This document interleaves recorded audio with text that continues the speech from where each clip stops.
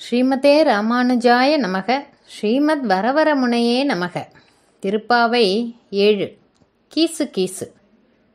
முதலில் சிலரை எழுப்பிவிட்டோம் என்று திருப்தியடையாமல் எல்லோரையும் எழுப்பி கிருஷ்ண அனுபவத்திற்கு கூட்டிச் செல்ல வேண்டும் என்று ஒருவரையாக வெறுப்ப காரணம் என்ன?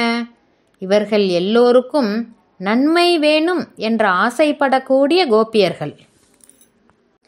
பகவத் சம்பந்தம் நமக்கு உண்மையாக இருக்கும் என்றால் தன் வயிற்றில் பிறந்த குழந்தையின் உயர்த்திக்கு சந்தோஷப்படுமா போலே எல்லோருடைய சமர்த்திக்கும் சந்தோஷம் அடைய வேணும்.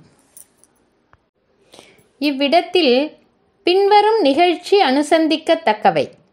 எம்பெருமானாருடைய சிஷ்யரான ஆட்கொண்டவில்லி ஜீயரை நஞ்சீயர் சேவித்து நிற்க பகவத் விஷயத்தில் ருச்சி நமக்கு மெய்யாக பிறந்ததில்லை காணும் என்று ஆட்கொண்டவில்லி ஜீயர் அருளி செய்ய, உம்மை போலே ஆச்சாரியவான்கள் உண்டோ, இங்கனே அருளி செய்வானேன் என்று நஞ்சீயர் கேட்க, பகவத் விஷயத்திலே மெய்யே ருச்சியுண்டென்று இருக்கையாவது பாகவதர்களை கண்டால் உகக்குமன்று காணும் என்று அருளி செய்தார்.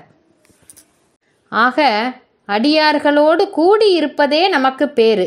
இதை உணர்த்துவதே இந்த பாசுரம். அதில் ஆய்ச்சியர் என்னும் இடத்தில் இவர்கள் மனதில் எப்போதும் கண்ணன் எம்பெருமானே இருக்கிறான் என்பதை உணர்த்துகிறார் உரையாசிரியர்.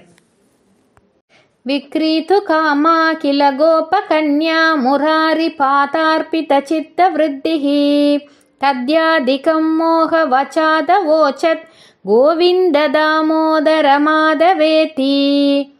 முரனை கொன்ற வீரனான கிருஷ்ணன் பக்கலிலே மிகுந்த பிரேமையை உடைய ஒரு கோபிகையை அதிலிருந்து மீட்க தாயார் பாலையும் தயிரையும் நெய்யையும் விற்று கொண்டு வா என்று சொல்ல, விற்கப்போன விடத்திலும் நினைவு கண்ணனிடத்திலேயே இருந்தபடியால் கோவிந்தனை கொல்லுங்கோல், கிருஷ்ணனை கொல்லுங்கோல், ஸ்ரீயப்பதியை கொல்லுங்கோல் என்று கூறிக்கொண்டு திரிந்தாள். ஆஹா, என்ன ஒரு கிருஷ்ண பக்தி! ஆண்டாள் திருவடிகளே சரணம். ஆழ்வார் எம்பெருமானார் ஜீயர் திருவடிகளே சரணம். ஸ்ரீமதே ராமானுஜாய நமக.